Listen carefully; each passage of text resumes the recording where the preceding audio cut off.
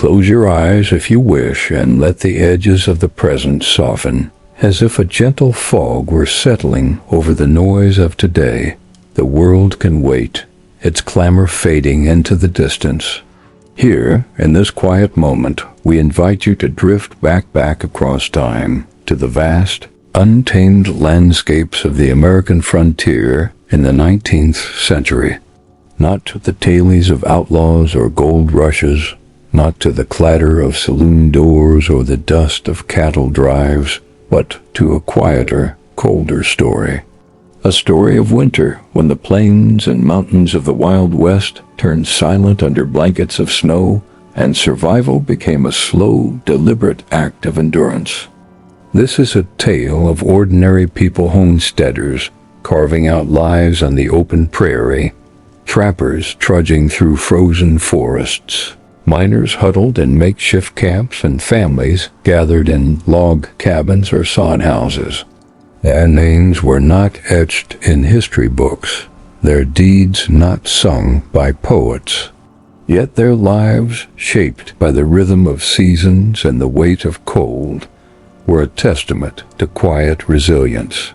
They faced winters so harsh that the air itself seemed to bite, where the wind howled like a living thing, and where warmth was a treasure won through careful, patient labor. Tonight we'll walk beside them, step by careful step, through the frost-covered days and long, dark nights of the frontier winter. We'll linger in their cabins, feel the chill of their mornings, smell the smoke of their fires, and hear the soft creak of snow underfoot. This is not a story of heroics or grand adventures, but of small, steady acts, chopping wood, mending quilts, sharing stories by firelight that kept life moving forward in the face of relentless cold. So settle in wherever you are. Let your breath slow, your shoulders ease.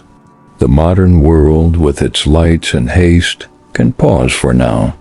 Imagine the faint glow of a lantern, the distant howl of wind across the plains, the soft crackle of a fire burning low. Let these sounds carry you gently into the past, into a world where survival was not a conquest, but a quiet art. Let us begin. The frontier morning begins in darkness, long before the sun dares to rise.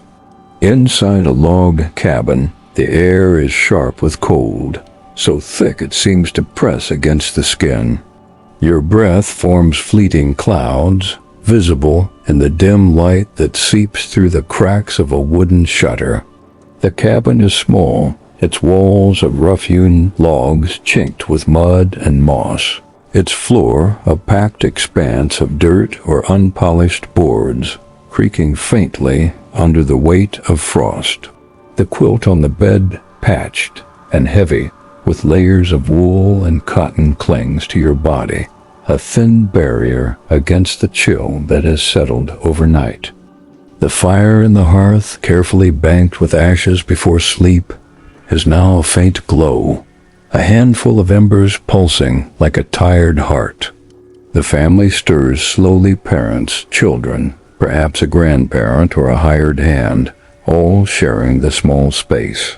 There is no rush, for haste wastes energy, and energy is precious in winter. The mother, often the first to rise, moves with deliberate care, wrapping a shawl around her shoulders, her feet bare or wrapped in strips of cloth against the cold floor. Her hands, rough from years of labor, are stiff in the morning chill, but they know their work. The first task is the fire. She kneels by the hearth, her breath steady, her fingers coaxing life from the embers. She adds dry bark stored in a tin box to keep it from dampness and a handful of pine needles, their resinous scent sharp as they catch flame.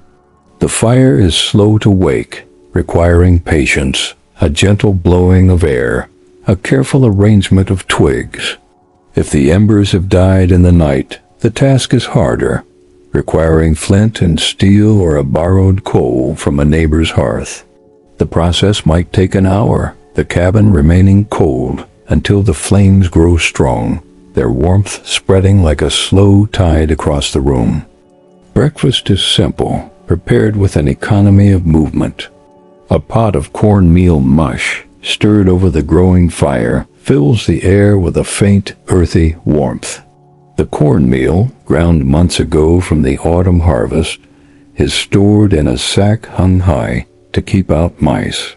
If flour remains, there might be biscuits, small and dense, baked in a cast-iron skillet.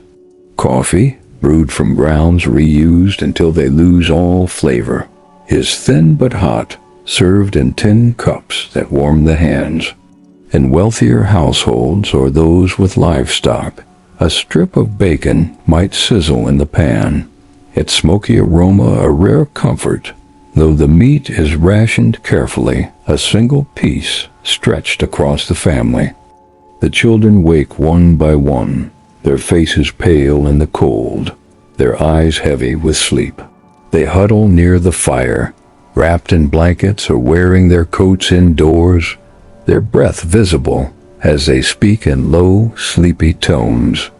There is little chatter. Words are few in the morning, conserved like the wood in the fire. The father, if present, might step outside to check the animals' chickens in a coop, a cow in a lean-to, or horses in a small barn. His boots crunch on the snow, the sound sharp in the stillness, his figure quickly swallowed by the pre-dawn dark. Outside, the world is a study in silence. The snow, piled high against the cabin walls, muffles all sound. No birds sing, no wind stirs, not yet. The sky is a deep gray, streaked with the first hints of gold as the sun begins its slow climb. The landscape is vast prairie stretching endlessly, or mountains looming in the distance, their peaks dusted with fresh snow. Drifts have buried fences, smoothed over paths, and turned the familiar into something strange and new. The air is so cold it stings the lungs, each breath a reminder of winter's grip. Inside, the family moves slowly, their tasks deliberate. The mother sweeps the floor with a broom of bound twigs, the bristles whispering against the dirt. A child might carry a bucket to the well if it hasn't frozen, or chip ice from a nearby stream, the water sloshing heavily as they return. The father returns, his face red from the cold, his hands carrying the faint smell of hay and animal warmth. Together they share the meal, the clink of tin spoons against bowls the only sound beyond the fire's crackle. This morning, like so many others, is not remarkable. There are no great events, no moments of drama, but in its quiet routine lies the essence of survival. The fire is lit, the meal is eaten, the day begins. Each small act, stirring the mush, feeding the fire, wrapping a shawl tighter, is a thread in the fabric of endurance, woven with care and patience. The cold is a constant, but so is their resolve, steady and unspoken, carrying them forward into the light of another winter day. As the winter sun rises, pale and distant, it casts a weak light over the frontier landscape, revealing the shelters that stand as the first line of defense against the cold. These homes, log cabins, dugouts, sod houses, are not mere dwellings but strategies, built with foresight and labor to withstand the brutal winters of the Wild West. Their construction began months earlier, in the warm days of summer or autumn, when the air was soft and the ground yielding.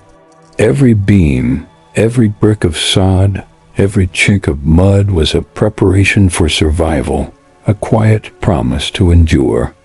In the forested regions of Montana, Wyoming, or the Oregon Territory, log cabins were the most common shelters. The trees, pine, cedar, or oak, were felled by hand, their trunks stripped, and notched with axes to fit tightly together.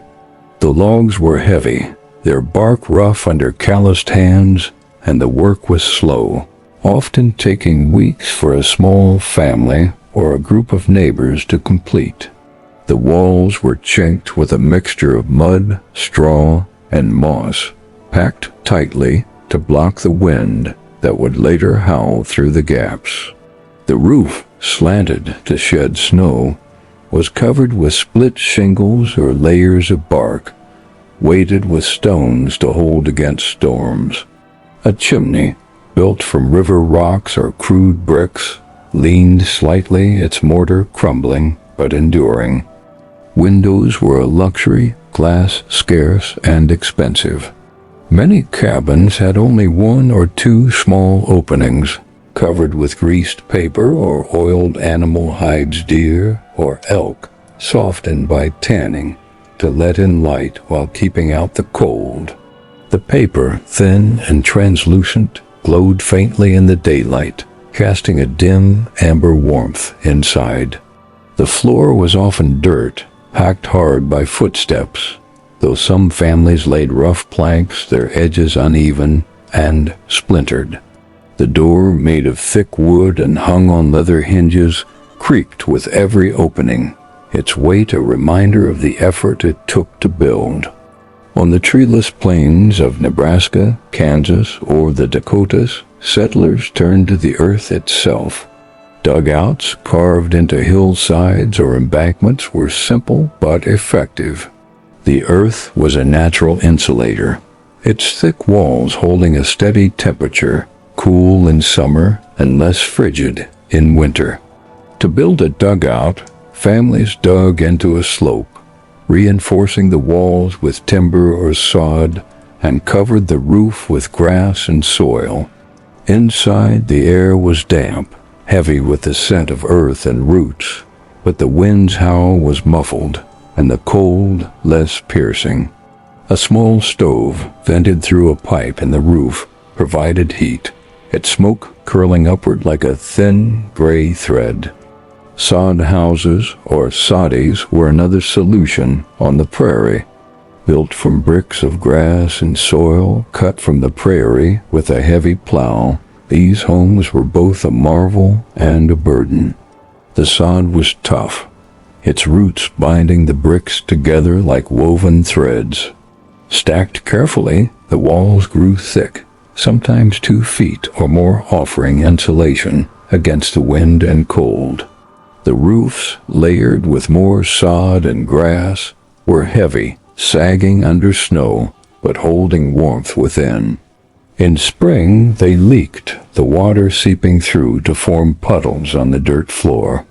In winter, the snow piled high, adding another layer of insulation, though it made the interior dark and close. Living in these homes required constant vigilance. Snow could block doors, requiring shoveling even in the worst storms.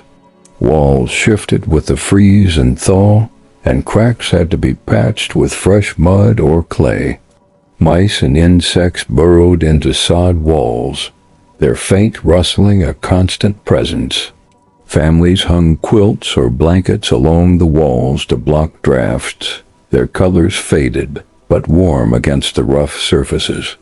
Oil lamps, fueled by tallow or precious kerosene, cast a dim glow, their light flickering across the room, revealing the texture of log or sod, the grain of a wooden bench, the worn edges of a quilt. The heart of every home was the stove or hearth. In log cabins, an open fireplace might dominate, its stones blackened by years of smoke. In dugouts and soddies, a cast iron stove, small but heavy, was the lifeline. Wood was fed carefully, each log measured to last the night. The stove's heat was uneven, warming those closest, while leaving corners of the room icy. Families slept near it, their beds often no more than straw pallets or rope-strung frames, pulled close to capture the warmth. Children curled together, their breath mingling, their bodies a shared source of heat. These homes were not beautiful, not in the way we might imagine. They were rough, cramped, and often damp. Yet they were sanctuaries built with hands that knew the cost of failure. Every log, every sod brick, every chink of mud was a declaration of intent. We will stay. We will survive. The cold might press against the walls. The wind might rattle the roof. But within these fragile shelters, life persisted, warmed by fire, effort, and the quiet determination to endure. When the frontier winter deepened, the cold became a tangible force, seeping into skin and bone, turning breath to frost in an instant. To step outside even for a moment was to face an adversary that offered no mercy. Clothing then was not a matter of style or preference, but a vital defense, a second skin stitched and layered to hold warmth against the body. On the frontier, where stores were distant and resources scarce, every garment was a testament to ingenuity, patience, and survival.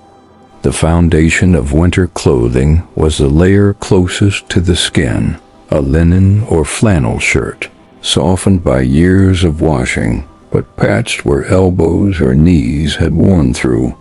Linen was common, its fibers coarse but durable, while flannel, if affordable, offered a softer warmth. These shirts were long, tucked into trousers or skirts to trap heat. Over them came heavier layers, woolen vests, jackets, or sweaters, often homespun from sheep's wool or traded from native weavers. The wool was thick, sometimes prickly, but it held warmth even when damp, a critical quality in the wet snows of the plains or mountains. Trousers for men and boys were sturdy, often made of canvas or denim, lined with flannel or cotton scraps for extra insulation. Women wore long wool skirts, their hems dragging in the snow unless tucked into boots. Beneath, multiple petticoats, some sewn from old flour sacks, added layers of warmth, their weight a constant burden, but a necessary one. Children, often dressed in hand-me-downs, wore garments that hung loose or were pinned tightly to fit. Their sleeves and hems let out as they grew. In the coldest months, everyone wore long underwear, its cuffs tucked into socks knitted from whatever yarn was available, wool, cotton, or even animal hair. Outerwear was the true armor against the cold. The most coveted was a buffalo hide coat, its thick fur heavy but unmatched in warmth. Such coats were rare, often acquired through trade with plains tribes or by hunters skilled enough to fell a buffalo. The hide was tanned, smoked, and sewn with sinew, its weight a burden but its protection a treasure. More common were deer or elk hide jackets, softened by hand and lined with scraps of cloth. Cloaks, made from heavy wool blankets or hides, were pinned at the shoulder, doubling as bedding when nights grew too cold.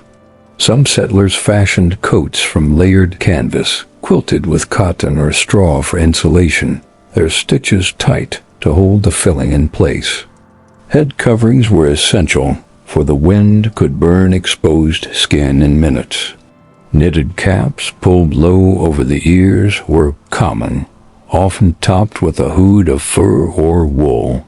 Coonskin hats, their tails dangling, were practical as well as iconic, the fur trapping heat close to the scalp. Scarves, knitted or cut from old cloth, wrapped tightly around the neck and face, leaving only the eyes exposed. The breath warmed the fabric, creating a small pocket of heat, though it often froze into a crust of ice by the end of a long walk. Footwear was a constant challenge. Leather boots, if a family could afford them, were sturdy but prone to freezing overnight. Many slept with their boots under the blankets to keep the leather pliable. Inside, the boots were lined with cloth, straw, or animal hair, rabbit, or sheep for warmth. Waterproofing was attempted with grease, tallow, or beeswax rubbed into the leather until it shone, but wet snow often soaked through, leaving feet damp and vulnerable to frostbite. In deep snow, some wrapped their feet in additional cloth or hide tied tightly with cord. Others used wooden clogs or pattens, their raised soles keeping feet above the snow, though they were clumsy and cold. Hands, too, needed protection. Mittens were preferred over gloves, their design trapping more heat. They were knitted from wool or sewn from hide, sometimes lined with fur or cotton scraps. Children often shared a single pair, passing them between siblings for outdoor chores. When no mittens were available, hands were wrapped in cloth or tucked into sleeves, though this made tasks like chopping wood or carrying water painfully slow. The act of dressing was a ritual, performed with care each morning. Clothes were warmed by the fire to drive out the night's chill, their fibers stiff with frost. Layers were added one by one, each garment a shield against the cold. The process was slow, deliberate, a quiet preparation for the day's work. Once dressed, movement was restricted, the weight of layers a constant reminder of the season's demands. Yet there was beauty in this necessity. A woman might knit a scarf by lamplight, her needles clicking softly, the yarn dyed with berries or bark for a touch of color. A child's mittens, sewn from an old coat, carried the faint scent of smoke and leather. A man's jacket, patched with scraps of canvas, told the story of winters survived. These garments were not merely functional but personal, each stitch a record of care, each patch a testament to resourcefulness. To dress for the frontier winter was to armor oneself against an unforgiving world. It was to carry the weight of survival on one's shoulders, to move through snow and wind with the quiet strength of those who had no choice but to endure. In their layers of wool, hide, and homespun cloth, the people of the Wild West faced the cold not with defiance, but with patience, their clothing a silent ally in the long battle of winter. As the wind howled outside, rattling shutters and piling snow against the walls, the act of eating became a cornerstone of survival, a ritual that warmed both body and spirit. On the frontier, where isolation could last weeks or months, food was not just sustenance but a lifeline, a reminder of the harvest's labor and a promise of spring's return. Every meal was planned with care, every bite a calculation of what could be spared and what must be saved. Preparation began long before the first snowflake fell. In late summer and autumn, families worked tirelessly to store food. Root vegetables, potatoes, turnips, carrots, and beets were dug from the garden and carried to root cellars, small chambers dug into the earth or beneath the cabin floor. The cellar was cool and dark, its air heavy with the scent of soil and decay, but it preserved the vegetables through the winter, their flavors deepening as they aged.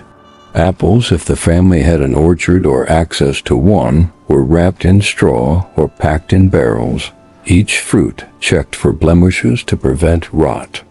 Beans, dried on the vine, were shelled and stored in sacks, their hard surfaces rattling softly when moved.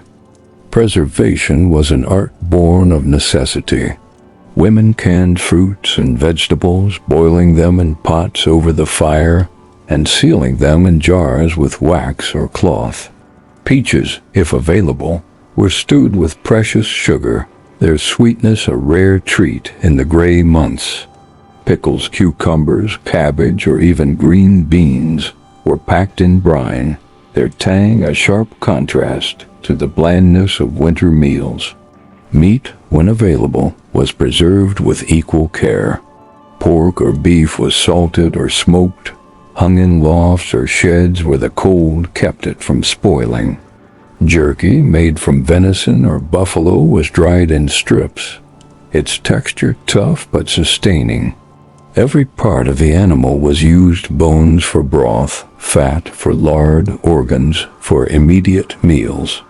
Daily meals were simple but deliberate. Breakfast was often cornmeal mush, cooked slowly over the fire until it thickened, its surface bubbling softly. A drizzle of molasses, if any remained, added a touch of sweetness, though many ate it plain, the warmth enough to satisfy. Biscuits made from flour or cornmeal were baked in a skillet or Dutch oven, their crusts golden and hard. Coffee, brewed from grounds stretched thin by reuse, was sipped slowly, its bitterness a comfort in the cold. In households with livestock, a strip of bacon or salt pork might be fried, its fat saved for cooking or candle making. Lunch, if distinct from breakfast, was often a soup or stew simmered for hours to coax flavor from limited ingredients. Dried peas, onions, and a bone from last autumn's slaughter might form the base, thickened with a handful of barley or cornmeal. The stew was ladled into tin bowls, its steam rising in the chilly air, warming hands as much as stomachs.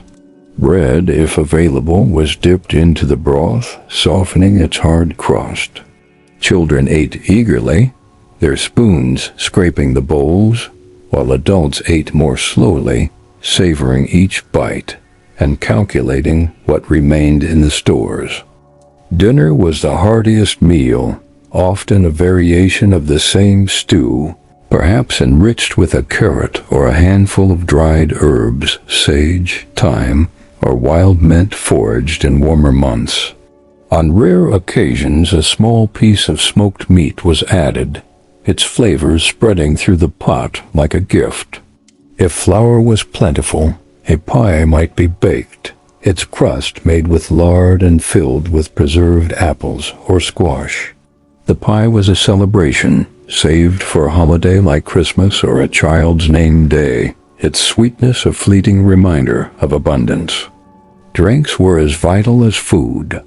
Tea, made from foraged herbs like chamomile or pine needles, was steeped in hot water, its warmth soothing sore throats and chilled hands.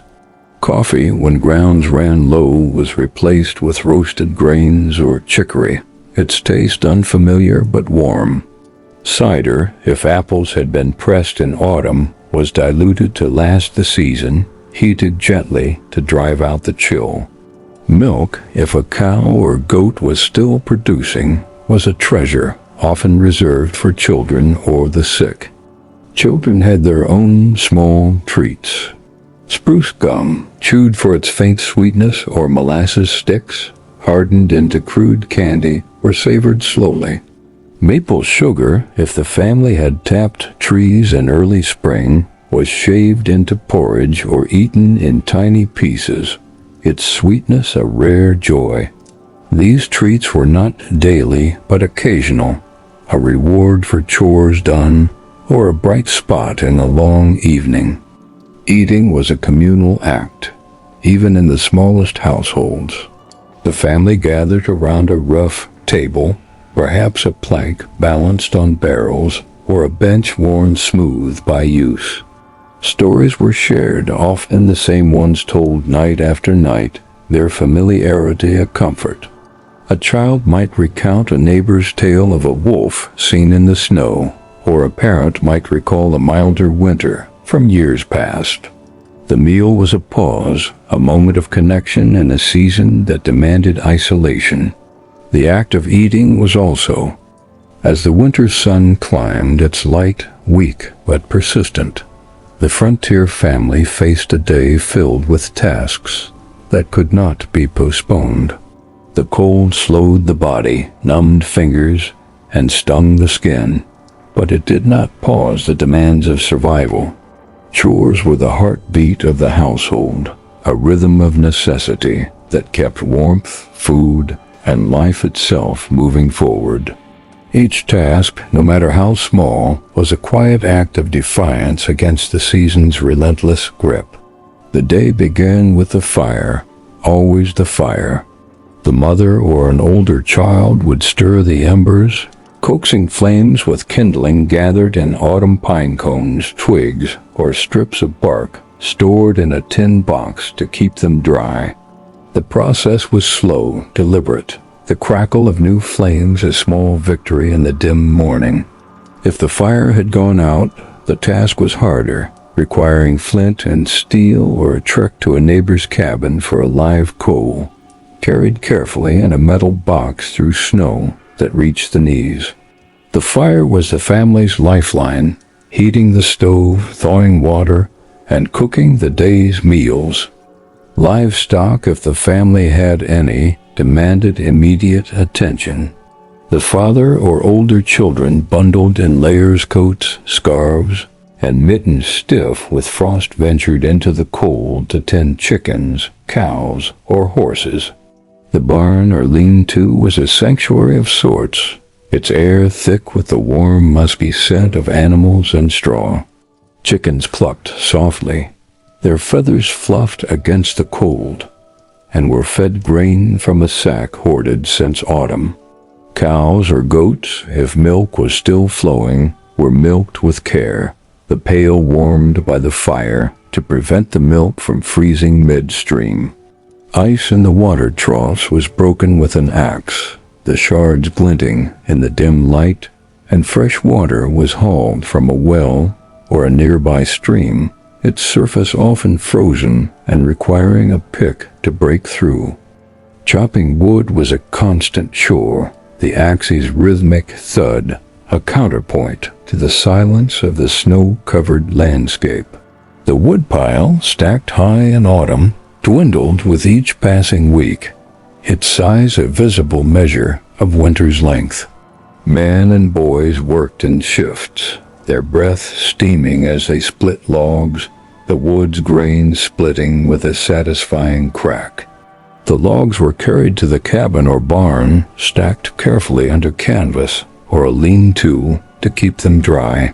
The task was exhausting, the cold seeping into bones, but it was non-negotiable. Without wood, there was no warmth, no cooking, no survival. Inside the cabin, the work continued, led by the women and younger children. The mother swept the dirt floor with a broom of bound twigs, its bristles worn from daily use. She mended clothes by firelight, her needle threading through patched wool, her fingers stiff but precise. A torn sleeve was repaired with scraps from an old shirt, a worn blanket reinforced with canvas. Nothing was discarded. Every piece of fabric had a second or third life. She might churn butter if cream was available, the rhythmic motion of the churn a soothing counterpoint to the wind outside. The butter, pale and firm, was stored in a cool corner, a small luxury for the weeks ahead. Children had their roles too, their small hands busy with tasks suited to their size. They gathered kindling from the edges of the woodpile, their mittens damp with snow. They fed the chickens, scattering grain with care, or carried small buckets of water, their steps cautious on icy paths. Older children might help with repairs, patching a cracked pot with clay, tightening a loose hinge with a bent nail, or stuffing rags into gaps where the wind crept through. In some households, lessons continued, the children reading from a tattered Bible or a single book of stories, their voices soft in the firelight. Education was informal, shaped by necessity, but it was a priority, a way to prepare for a world beyond the cabin's walls. Repairs were a constant need. The cabin, whether log or sod, was never truly finished. A leak in the roof might let snowmelt drip onto the floor, requiring a patch of sod or shingles. A door, swollen with damp, might stick, needing to be planed with a knife. Tools, scarce and precious, were maintained with care. An axe sharpened on a whetstone, a shovel mended with a strip of leather. Ingenuity was the family's greatest asset. A broken bucket was lined with cloth to hold water. A cracked skillet was bound with wire. Every repair was a small triumph, a way to extend the life of what little they had. The work was relentless, but it had its own rhythm, a cadence that brought order to the chaos of winter. There was no reward beyond survival, no applause for a day's labor. Yet there was a quiet satisfaction in the doing in the fire that burned steadily. The animals fed, the clothes mended. The family moved through their chores with a shared purpose, their hands busy, their minds focused. The cold was a constant companion, but so was their resilience, a steady pulse that carried them through each task, each day, each frozen moment. As the day waned and the sun sank low, painting the snow with shades of gold and violet, the frontier winter revealed another of its faces, its silence. This was not the silence of absence, but a deep, enveloping hush, as if the world itself held its breath beneath the weight of snow. The plains stretched endlessly, their contours softened by drifts. The mountains stood sentinel, their peaks gleaming in the fading light. In this stillness, every sound was magnified, every movement deliberate, every moment heavy with the presence of winter. Standing outside the cabin, the air was sharp, the cold a physical weight against the skin. The snow muffled all noise, swallowing the crunch of footsteps, the creak of a barn door, the distant bark of a dog. No birds sang in the deep winter. Their absence was a quiet ache, a reminder of warmer days. The trees, stripped bare, swayed faintly, their branches groaning under the weight of ice. The sound soft but piercing in the stillness. The wind, when it stirred, whispered through the prairie grass, its blades brittle and encrusted with frost, creating a faint, rustling hum that seemed to come from nowhere and everywhere. Inside the cabin, the silence was different, but no less profound. The fire's crackle was the loudest sound, its pops and hisses a constant rhythm. The stove groaned as it heated, its metal expanding with a low, resonant hum. Floorboards creaked underfoot, their wood contracting in the cold. The soft clink of a spoon against a tin bowl, the faint tap of knitting needles, the rustle of a quilt being adjusted. These were the sounds of life, small but vital, filling the space with a quiet presence.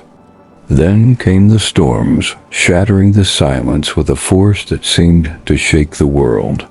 Blizzards on the frontier were not mere weather, but events, sudden and overwhelming.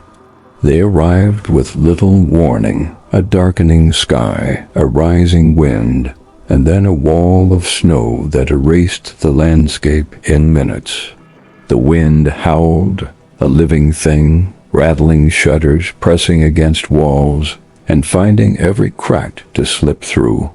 Snow piled against the door, sometimes sealing it shut, requiring a shovel to clear a path. Visibility vanished. A neighbor's cabin, only yards away, could disappear in the white. During a storm, the family huddled close, the fire fed with extra care. Blankets were draped over windows to block drafts, their edges heavy with frost. The stove became the center of the world, its heat a fragile barrier against the cold. Children clung to their parents, their eyes wide, though fear was rarely spoken aloud. The adults watched the walls, listening for the groan of timbers under the snow's weight, checking the woodpile's dwindling height. Stories of blizzards survived in whispers, tales of travelers lost mere steps from their doors, of ropes tied from cabin to barn to guide the way. of families found frozen when the thaw came. When the storm passed, the silence returned, deeper than before. The world was remade, the snow smooth and unbroken, the air still.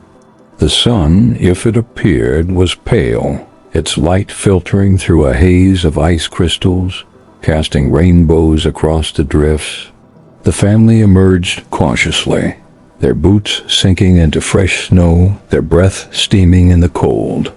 They shoveled paths, checked the animals, and repaired what the storm had damaged, their movements slow and deliberate, as if to honor the quiet that had returned. In these moments, the frontier winter revealed its dual nature, harsh and beautiful, cruel and serene. The silence was not empty but full, a canvas for the sounds of survival, the axes thud, the fires crackle, the soft voices of a family bound by necessity. The storms, though fierce, were part of this rhythm, a reminder of the land's power, the people's resilience. In the hush that followed, there was a kind of awe, a quiet acknowledgement of the world's vastness and their own small place within yourself in it. The frontier winter was a test of endurance, and in its silence and storms, the settlers found a way to live with it, their lives a quiet symphony of survival. The frontier winter was not just a challenge to shelter and sustenance, but to the body itself, which bore the cold's weight in ways both subtle and profound. The season left its mark on skin, bones, and breath, a quiet toll that shaped daily life with a slow, persistent pressure. Health was not a given, but a fragile balance, maintained through care, ingenuity, and a deep respect for the cold's unforgiving nature. Frostbite was a constant threat, its onset silent and insidious. A finger or toe exposed too long to the wind would go numb, the sensation mistaken for mere cold, until the skin turned pale and waxy. Settlers learned to watch for it, wrapping hands in mittens and feet in layers of cloth or straw. Frostbite could lead to blackened skin, to pain that lingered, to the loss of a digit in the worst cases. Children were taught early to keep their hands inside sleeves, to move quickly when outdoors, to warm their fingers by the fire before the cold could claim them. The cold deepened existing ailments. Joints stiffened, especially for the elderly, who moved more slowly, their hands curling into fists each morning until warmed by the stove. Arthritis, though not always named, was a common complaint, its ache a constant companion in the winter months. The elderly took on lighter tasks, mending, storytelling, or watching the fire, while younger hands carried the heavier burdens. The cold was not kind, but it was understood, a part of life that demanded adaptation. Illness spread easily in the close quarters of a cabin or dugout. Coughs lingered, their rasp echoing through the night. Fevers were a quiet terror, watched closely by mothers who knew the signs of danger. Remedies were simple, drawn from tradition and necessity. A tea of willow bark or sage soothed sore throats and fevers. Onion poultices, warm and pungent, were pressed to the chest to loosen congestion. Mustard plasters made from ground seeds and flour were applied to draw out sickness. Vinegar and honey mixed in a tin cup eased coughs. These were not cures but comforts, learned from grandparents or neighbors, passed down through years of trial and error. The body slowed in winter, its rhythm aligning with the season. Sleep came early, the family gathering close to the fire, their breaths slow and even. Naps were common, especially for children who curled in quilts, their faces flushed with warmth. The cold demanded conservation of energy, of warmth, of strength. Movements were deliberate, steps careful on icy paths, hands protected from the dry air that cracked skin at the fingertips. Salves of tallow or beeswax were rubbed into hands and lips, their greasy warmth a barrier against the cold's bite. Isolation was a health risk in itself. A broken bone, a deep cut, or a fever too high to break could not be treated by distant doctors. Families relied on their own knowledge, their own hands. A sprained ankle might be wrapped in cloth and propped near the fire. A wound was cleaned with boiled water and bound with strips of old linen.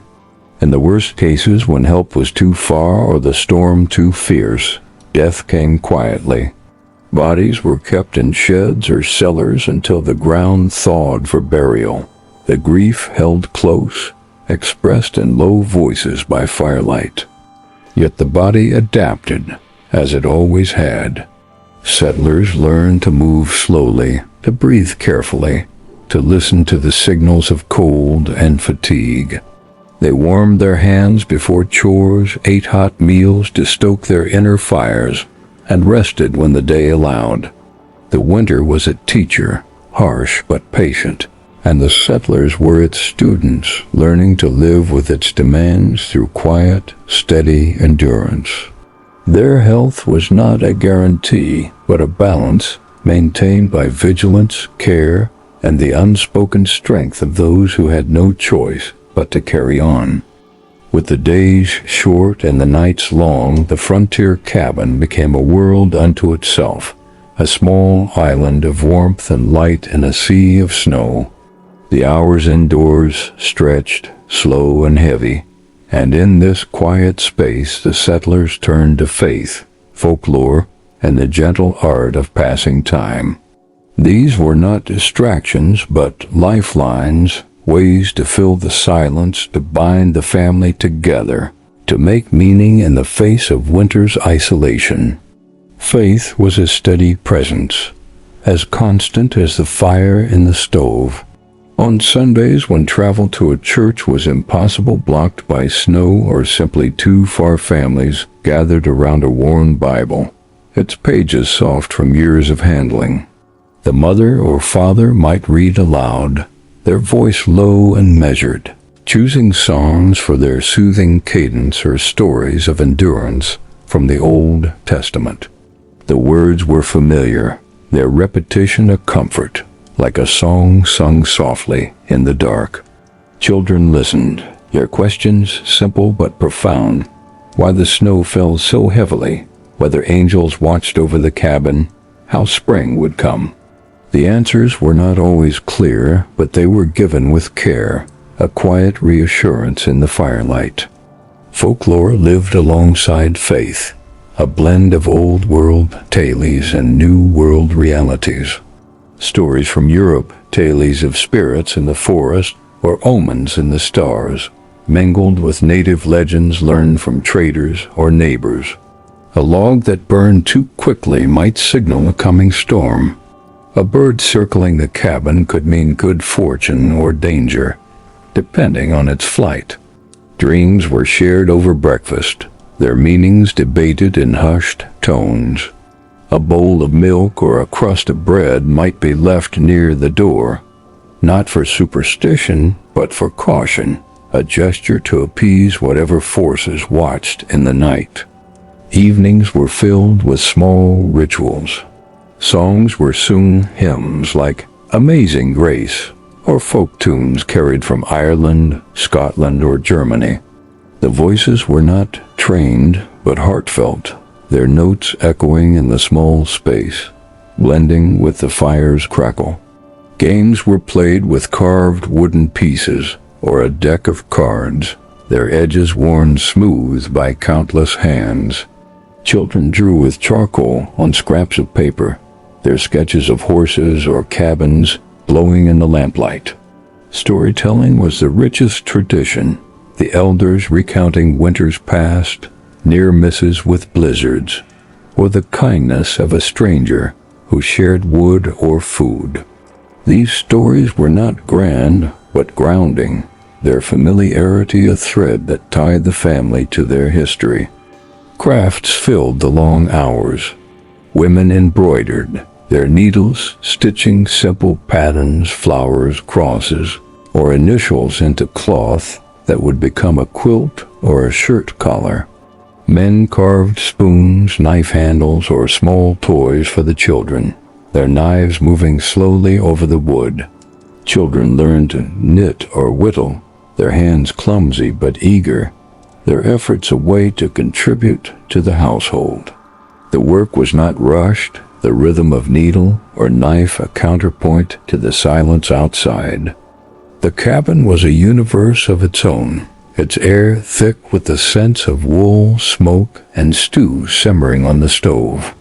Time moved differently here, the hours blending into one another, the days marked not by clocks, but by the fire's needs and the light's slow return.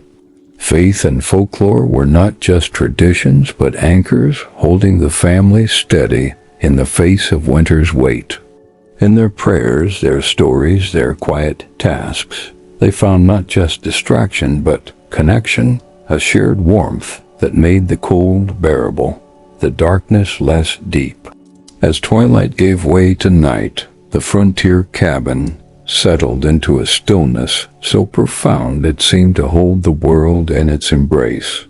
The snow outside glowed faintly under moonlight, its surface smooth and unbroken, casting a pale blue light that seeped through the cracks in the shutters. Inside, the cabin was lit only by the amber glow of an oil lamp or the orange flicker of the hearth, the air heavy with the scents of wood smoke, wool, and the faint tang of supper's remnants. The night was long, 14 hours or more, and in its quiet, the settlers found a space for music, memory, and the gentle unfolding of time. Music was a rare but cherished guest. A fiddle, carefully unpacked from a wooden box, might sing a mournful tune, its notes curling through the room like smoke. A mouth harp, small enough to fit in a pocket, hummed with a bright, reedy sound. A banjo or dulcimer, if the family was fortunate, added a soft twang, its strings plucked with fingers stiff from the cold. The songs were old ballads of lost love, hymns of hope, or folk tunes carried across oceans and mountains. They were sung softly, their melodies fading into the crackle of the fire, their words of comfort in their repetition. A child might hum along, their voice barely audible, or fall asleep to the rhythm, their head resting on a quilt. When music was absent, the night was filled with other sounds. The stove hissed as a log settled, its heat pulsing unevenly through the room. A rocking chair creaked, its rhythm steady as a heartbeat. Knitting needles clicked faintly, their sound a quiet counterpoint to the wind's low moan outside. A wolf's howl might drift from the distance, its voice eerie but not threatening, a reminder of the wild beyond the cabin's walls. The snow itself seemed to whisper as it fell, a soft, almost imperceptible patter that filled the silence with its presence. Stories were the night's richest offering, told not for drama, but for connection. The father might recall a winter when the snow reached the roof, the family digging a tunnel to the barn. The mother might share a memory of her childhood, of a neighbor who brought a sack of apples in a storm, their sweetness a gift in lean times. Children listened, their eyes wide in the firelight, their questions simple but earnest. How did they find the barn? What did the apples taste like? These stories were not new, but their retelling was a ritual, a way to weave the past into the present, to make the night feel less endless. Silence, too, was a companion. It was not empty, but full, heavy with the weight of thought and memory. The family might sit without speaking, their breaths slow, their hands resting in their laps. The fire's glow painted the walls with shifting shadows, the room a small world of warmth and quiet. Sleep came gradually, without announcement. The lamp was dimmed, its wick turned low to save oil. The fire was banked, its embers glowing faintly. Blankets were pulled tight, their weight a comfort against the cold. The cabin settled, its sounds fading, the creak of a board, the rustle of straw, the soft breath of a sleeping child. The night was not a time of fear, but of rest, a pause in the rhythm of survival. The music, the stories, the silence, they were not escapes, but anchors, grounding the family in their shared presence. The darkness outside was vast, but inside the cabin was a haven, its warmth a quiet promise that the night would pass, that morning would come, that winter too would end. As winter stretched into its final weeks, the frontier became a place of waiting, a season caught between the weight of cold and the faint hope of warmth. The snow, once a novelty, was now a burden, its drifts piled high against the cabin, its surface crusted with ice that glittered in the pale March sun. The air was still sharp, the wind still biting, but there were signs, small, almost imperceptible, that the season was turning. The settlers watched for them, their eyes keen, their hearts cautious, knowing that spring was a promise, not a guarantee. The signs were subtle, but unmistakable. A trickle of meltwater ran along the cabin's edge, its sound of faint music in the stillness. A bird, perhaps a sparrow or a chickadee, called from a bare tree, its voice thin but hopeful. The air, though cold, carried a new scent, not the crisp bite of frost, but the damp, earthy promise of soil waking beneath the snow. Icicles hanging from the eaves dripped steadily, their tips glistening in the lengthening daylight. The snow slumped, its edges softening, its weight shifting, as the ground beneath began to thaw. Inside the cabin, the light changed, growing brighter, stretching further across the floor. The sun rose earlier, its rays piercing the greased paper windows with a golden warmth. The family stirred sooner, their movements less heavy, their voices carrying a new note of anticipation. The stove was still fed, the fire still needed, but the urgency was less, the woodpile's dwindling height a sign that the worst was past. Windows were opened a crack, letting in air that was cold but fresh, carrying the faint promise of green. The settlers were cautious, their optimism tempered by experience. A warm day could be followed by a sudden freeze, a false spring that killed early crops or stranded travelers in mud. They prepared slowly, inspecting seeds stored in cloth sacks, their surfaces checked for mold or rot. Tools, hoes, shovels, plows were brought from the barn, their blades sharpened, their handles smoothed with sandpaper or a knife. The barn itself needed attention, its roof patched where snow had pressed too hard, its walls reinforced against the coming rains.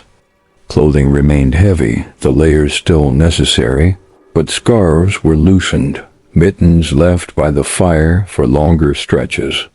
Boots, still damp from snow, were dried more carefully, their leather greased to prepare for the mud of spring.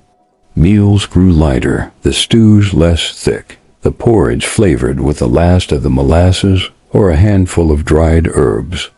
Conversations turned to the future planting dates, the health of the animals, the repairs needed before summer. Neighbors, unseen for weeks, were mentioned with hope, their visits anticipated as the snow receded. Children grew restless, their energy spilling over in small bursts. They ran outside, their boots sinking into softening snow, their laughter bright against the quiet landscape. They returned with wet hems, their cheeks pink, their hands clutching sticks or stones found beneath the drifts. The animals, too, sensed the change. Chickens clucked with new vigor, their eggs appearing more often in the nest. Horses stamped in the barn, their breath less clouded in the warming air. Dogs wagged their tails, their noses sniffing the ground for signs of life. The settlers did not rush. Spring was not a moment but a process, a slow unfolding that required patience. They watched the sky, noting the cloud's shape, the wind's direction. They listened to the drip of icicles, the creak of thawing timbers. They prepared, but they waited, their lives shaped by the rhythm of the seasons. The winter had been a test, and they had passed, not through heroics, but through the quiet accumulation of days, each fire lit, each meal shared, each chore completed a step toward this moment. In this in-between time there was reflection. The family looked back on the winter's hardships, the storms that shook the cabin, the nights when the woodpile seemed too small, the days when illness lingered. They remembered what was lost, a neighbor, a calf, a sack of grain ruined by damp. But they also saw what endured their home, their health, their hope. The cabin stood, its walls weathered but strong.